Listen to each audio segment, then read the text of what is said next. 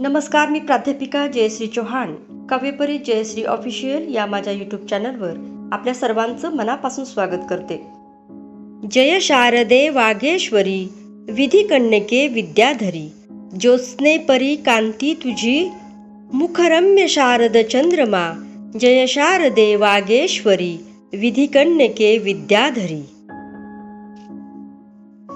अशा सुप्रसिद्ध गीतरचना करणाऱ्या तेजस्वी प्रतिभा लाभलेल्या मराठी सारस्वतात सुवर्ण अक्षरांनी लिहिलेले नाव म्हणजे शांता शेळके.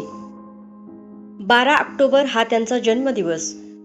शांता शेळके यांना त्यांच्या जयंतीनिमित्त मी विनम्र अभिवादन करते. आजच्या या भागात ज्येष्ठ साहित्यिका शब्दशारदा शांता शेळके यांच्या साहित्याबद्दल आपण जाणून घेणार आहोत. आपल्या लेखणीने मराठी साहित्यात ठसा उमटवणाऱ्या, शब्दांच्या दुनियेत रमणाऱ्या, आपल्या लेखणीने रसिकांच्या मनात अढळ स्थान निर्माण करणाऱ्या शब्दयोगिनी, शब्दव्रती शांताबाई शेळके माझ्या फार आवडत्या कवयित्री आहेत. त्यांचा जन्म 12 ऑक्टोबर 1922 रोजी इंदापूर, पुणे येथे झाला. त्यांचे पूर्ण नाव शांता जनार्दन शेळके असे आहे. बालभारतीच्या पुस्तकातून बालमनाला त्यांची ओळख झाली. टपटप टाकीत टापा चाले माझा घोडा, पाठीवरती जीन मखमली पायी रुपेरी तोडा. लाडकी बाहुली अशा कितीतरी कवितांनी बालमनाला कवितेचा लळाच लावला. शालेय जीवनापासून त्यांच्या कवितांनी कवितेची आवड निर्माण केली. शब्दसौंदर्य, नादमयता, गेयता आणि भावगर्भित आशय असणाऱ्या त्यांच्या कविता नकळतच मनावर संस्कार करून गेल्या. शांताबाई शेळके प्रतिभासंपन्न कवयित्री, पत्रकार, प्राध्यापिका, गीतकार, संगीतकार, कथाकार, अनुवादक, बालसाहित्यकार अशा अनेक रूपात मराठी साहित्यात समृद्ध मुसाफिरी करणाऱ्या साहित्यिका आहेत.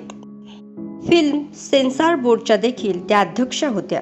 पुस्तके, मासिके, साप्ताहिके, वृत्तपत्रे, आकाशवाणी, दूरदर्शन, चित्रपट, नाटक अशा सर्व माध्यमातून रसिकांना त्या सतत भेटत राहिल्या. आचार्य अत्रे यांच्या नवयुगमध्ये त्या संपादिका होत्या. नवयुगमध्ये काम करत असताना आचार्य अत्रे एकदा त्यांना म्हणाले, शांता, तुला शब्दांचा सोस फार आहे. लहान मुलं ज्याप्रमाणे रंगीबेरंगी खडे गोळा करतात त्याप्रमाणे तू शब्द गोळा करतेस. बोलण्यातला ओघ आपल्या लेखनात आला पाहिजे. आणि आत्र्यांचे हे वाक्य त्यांनी कायम लक्षात ठेवले. कवी माधव जुलियन हे त्यांना गुरुस्थानी होते. कवी माधव जुलियन यांच्या कवितांचा त्यांच्यावर प्रभाव होता. वर्षा हा त्यांचा पहिला कविता संग्रह. त्यानंतर रूपसी, गोंदन, अनोळक, जन्मजान्हवी, पूर्वसंध्या असे अनेक कविता संग्रह त्यांचे प्रसिद्ध झाले. त्यांच्या कवितेतून निसर्गप्रेम ओतपोत भरले आहे. पाऊस या कवितेत त्या लिहितात, पावसाच्या धारा येती झरझरा, झाकळले नभ वाहे सोसाट्याचा वारा. पाकोळी या कवितेत हिरवी झाडे, पिवळा डोंगर, निळी सावळी दरी, बेट बांबूंचे त्यातून वाजे वाऱ्याची पावरी. सुंदर भारत देश या कवितेत त्या लिहितात, स्वर्गाहूनही प्रिय आम्हाला आमचा भारत देश. पहा टाकले पुसनी डोळे, पहा टाकले पुसनी डोळे, गिळला मी हुंदका, रणांगणी जा सुखे राजसा, परतुनी पाहू नका. या देशाची पवित्र माती, या देशाची पवित्र माती, इथे वीरवर जन्मा येती, तोच वारसा तुम्ही पोचवा येणाऱ्या शतका. पहा टाकले पुसनी डोळे, गिळला मी हुंदका, रणांगणी जा सुखे राजसा, परतुनी पाहू नका.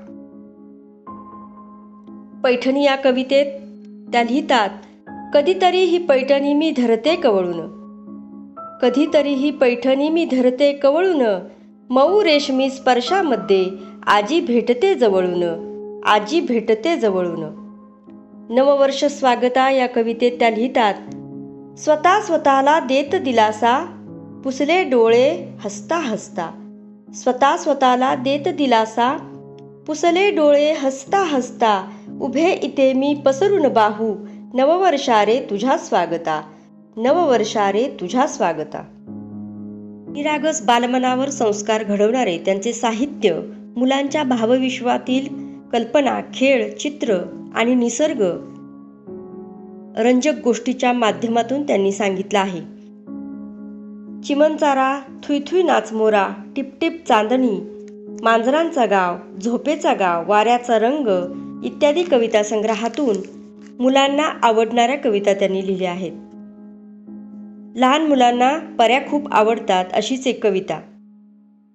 वनात वसतो फुलात हसतो मुलास दिसतो खऱ्या, रानपऱ्या ग रानपऱ्या, पाठीवरती पंखांची जोडी, हृदयामध्ये अथांग गोडी, पाठीवरती पंखांची जोडी, हृदयामध्ये अथांग गोडी, इवल्या इवल्या सान बाहुल्या आनंदी हासऱ्या, रानपऱ्या ग रानपऱ्या, झोपेचा गाव, हत्तीनीचं बाळ अशासारख्या कवितातून सहज, सुंदर आणि गोड शब्दात या कविता लिहिल्या आहेत. आजही त्या कविता अनेक मुले आवडीने ऐकतात. शांताबाई शेळके यांची चित्रपट गीते तर सुप्रसिद्ध आहेत. आशय आणि अभिव्यक्ती, प्रतिभा आणि प्रतिमांची सुंदरता यामुळे त्यांची गीते अतिशय लोकप्रिय ठरली आहेत. सूर, लय, ताल, नाद, गेयता यामुळे ही गीते तरुणाईला थिरकायला लावतात. डॉक्टर वसंत अवसरे या टोपण नावाने त्यांनी गीतरचना केली आहे. तोच चंद्रमा, कळ्यांचे दिवस, रेशीम रेघा यासारखे गीतसंग्रह त्यांचे प्रसिद्ध आहेत. शारद सुंदर चंदेरी रात्री, काय सांगू बाई, गणराज रंगी नाचतो, दिसते मज सुख चित्र नवे, ऋतू हिरवा ऋतू बरवा अशा अनेक अजरामर गीतरचना त्यांनी केलेल्या आहेत. मराठा तितुका मेळवावा या चित्रपटातील शूर आम्ही सरदार, आम्हाला काय कुणाची भीती, देव देश अन धर्मापायी प्राण घेतलं हाती, जिंकावे वा कटून मरावे हेच आम्हाला ठाव, लढून मरावं मरून जगावं हेच आम्हाला ठाव, शूर आम्ही सरदार, आम्हाला काय कुणाची भीती हे देशभक्तीपर गीत, स्फूर्तिगीत अजरामर आहे. शृंगारपर रचना, लावणी गीते, रेशमांच्या रेघांनी, लाल काळ्या धाग्यांनी आणि पदरावरती जरतारीचा मोर नाचरा हवा अशासारख्या गीतांनी चित्रपट सृष्टीतही ठसा उमटवला आहे. मुक्ता, गुलमोहर, अनुबंध अशासारखे कथासंग्रह त्यांचे प्रसिद्ध आहेत. तर काचकमळ, धर्म, ओढ या कादंबऱ्या सुप्रसिद्ध आहेत. पावसाआधीचा पाऊस, वडीलधारी माणसे, आनंदाचे झाड, संस्मरणे, सांगावेसे वाटते म्हणून अशासारख्या ललित लेखसंग्रहामधून त्यांनी त्यांच्या जीवनातील आठवणी सांगितल्या आहेत. त्यांच्या लेखनाचे विशेष म्हणजे त्यांच्या हायकू रचना.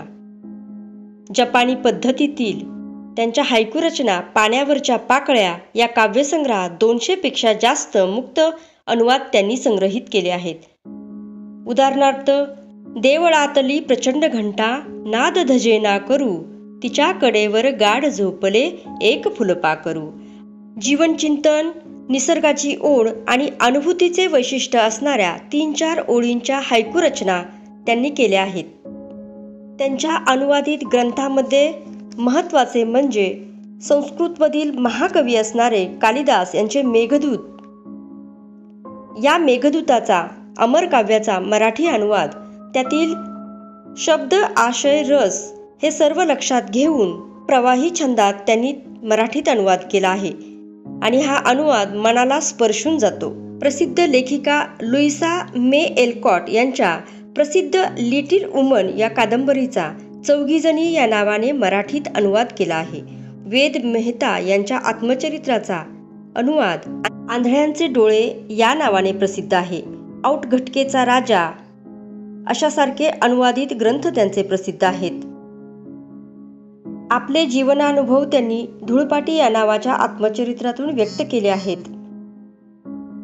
मराठी साहित्यातील त्यांच्या अत्युच्च योगदानाबद्दल त्यांना अनेक पुरस्कारांनी सन्मानित करण्यात आलेले आहे. यशवंतराव चव्हाण प्रतिष्ठान पुरस्कार, कुसुमाग्रज प्रतिष्ठान पुरस्कार, सरस्वती चांगले साहित्य पुरस्कार, उत्कृष्ट गीतलेखनाचा ग दि माडगुळकर पुरस्कार आणि केंद्र सरकारचा उत्कृष्ट चित्रगीत पुरस्कार त्यांना मिळाला आहे. सन 1996 साली संत श्रेष्ठ ज्ञानेश्वर माऊलींच्या पदस्पर्शाने पावन झालेल्या आळंदी येथे संपन्न झालेल्या अखिल भारतीय मराठी साहित्य संमेलनाच्या अध्यक्षपदाचा बहुमान त्यांना मिळाला होता. या अध्यक्षपदावरून केलेल्या भाषणाचा काही भाग मला खूप महत्त्वाचा वाटतो. पाहूया. आजचे साहित्यिक हे कालचे रसिक आहेत, तर आजचे रसिक हे कदाचित उद्याचे नामवंत साहित्यिक होण्याची शक्यता नाकारता येत नाही. रसिकतेची साधना जोपासना हा एक आनंदमय प्रवास असतो आणि हा आनंद आपण इतरांसोबत वाटून घेत असतो. माझ्या बाबतीत सांगायचे झाले तर मी लेखक झाले हा माझ्या आयुष्यातला निव्वळ योगायोग आहे. पण त्याआधी त्यासाठी माझी रसिकता लहानपणापासून कशी फुलत गेली, संस्कारित होत गेली, कशी समंजस आणि प्रगल्भ होत गेली, त्याचा अनुभव ही माझ्या आयुष्यातली मोठीच कमाई आहे. सर्व रसिकांना, साहित्यिकांना त्यांचे लेखन स्फूर्ती, संस्कार आणि आनंद देणारे आहे असे मला वाटते. जिवंत झऱ्यासारखी त्यांची गाणी त्यांच्या हृदयातून, लेखणीतून सतत वाहत राहिली. शब्दांच्या चैतन्याचे झरे त्यांच्या लेखणीतून अखंड वाहत राहिले. कविता, कथा, कादंबरी, बालसाहित्य, चित्रपट गीते, लावणी, अनुवाद, आत्मचरित्र, संपादन अशा सर्व साहित्य प्रकारात उत्कृष्ट लेखन त्यांनी केले. त्यांचे हे कार्य आपल्या सर्वांसाठी दीपस्तंभ आहे. म्हणूनच शांता शेळके हे नाव मराठी सारस्वतात सुवर्ण अक्षरात लिहिले गेले आहे. त्यांच्या सर्वच कविता मला आवडतात. त्यातीलच अक्षर होऊन रुजणारी श्रावणसरी ही कविता मला फार आवडते. सोशिक माती अशी सारखी वर्षावाने भिजे, युगायुगांची उत्कट आशा अक्षर होऊन रुजे. केव्हा हसणे केव्हा रडणे, कधी सोसणे कळा, असा चालला इथे सनातन सृजनाचा सोहळा. कशी मनातून मने गुंतती, भाव दाटती उरी, उन्हात न्हावून सुंदर होऊन येती श्रावण सरी, उन्हात न्हावून सुंदर होऊन येती श्रावण सरी. शांता शेळके यांची तुम्हाला आवडलेली कविता मला कमेंट करून सांगा. या भागाच्या समारोपाकडे जाताना शांता शेळके यांचीच एक कविता, असेन मी नसेन मी. असेन मी नसेन मी तरी असेल गीतही, फुला फुलात येतल्या उद्या हसेल गीतही. हवेत ऊन भोवती सुवास धुंद दाटले, तसेच काहीसे मनी तुला बघून वाटले. तृणात फुलपाखरू तसे बसेल गीत हे, स्वये मनात जागते न सूर ताल मागते. अबोल राहुनी स्वतः अबोध सर्व सांगते, उन्हे जळात हालती तिथे दिसेल गीत हे. असेन मी नसेन मी तरी असेल गीत हे, फुला फुलात येतल्या उद्या हसेल गीत हे, फुला फुलात येतल्या उद्या हसेल गीत हे. कुणास काय ठाऊके कसे कुठे उद्या असू, निळ्या नभात रेखिली नकोस भावना पुसू. तुझ्या मनीच राहिले तुला कळेल गीत हे, असेन मी नसेन मी तरी असेल गीत हे, तरी असेल गीत हे. अशा या ज्येष्ठ कवयित्री, शब्दयोगिनी शब्दशारदा 6 जून 2002 रोजी अनंतात विलीन झाल्या. आजचा हा भाग आपणास कसा वाटला ते कमेंट करून सांगा. अशाच नवनवीन आणि माहितीपूर्ण व्हिडिओंसाठी आपल्या वाहिनीला सबस्क्राईब, लाईक आणि शेअर करा. पुन्हा भेटू एका नवीन भागात नवीन माहितीसह. तोपर्यंत नमस्कार, धन्यवाद.